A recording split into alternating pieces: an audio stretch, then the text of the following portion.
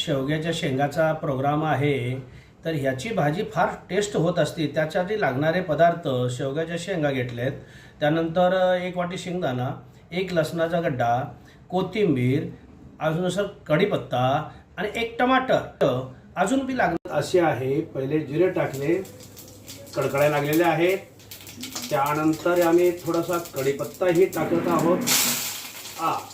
त्यानंतर आम्ही हा शेंगाही घेतलेले आहेत ना, ही शेंगा बी टाकत आहोत.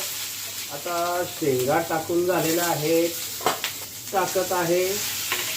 आता त्यानंतर आम्ही थोडा वरखाली करून घेऊ. आणि आज काय प्रोग्राम आहे, ज्वारीची भाकरी. त्यासाठी आम्हाला सुचलं की आज पाऊस पडतो, शेवग्याच्या शेंगाची जर भाजी केली तर त्यामध्ये हा कालवून खाता येईल. आता आम्ही टाकत आहोत हे त्याचा मसाला तयार करून घेतलेला आहे. शेंगदाणा आहे, लसूण आहे, कोथिंबीर आहे, अशा प्रकारे. मग त्याच्यानंतर आम्ही टाकत आहोत हे काळं तिखट. त्यानंतर आम्ही टाकत आहोत हे चवीनुसार मीठ. तर पाणी टाकायच्या अगोदर आम्ही एक याची अशी तेलामध्ये वाफ काढून घेत आहोत. वाफ काढून झालेला आहे. आता आम्ही टाकत आहोत हे अशा प्रकारे पाणी.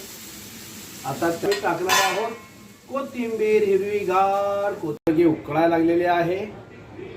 त्याच्यानंतर ज्वारीच्या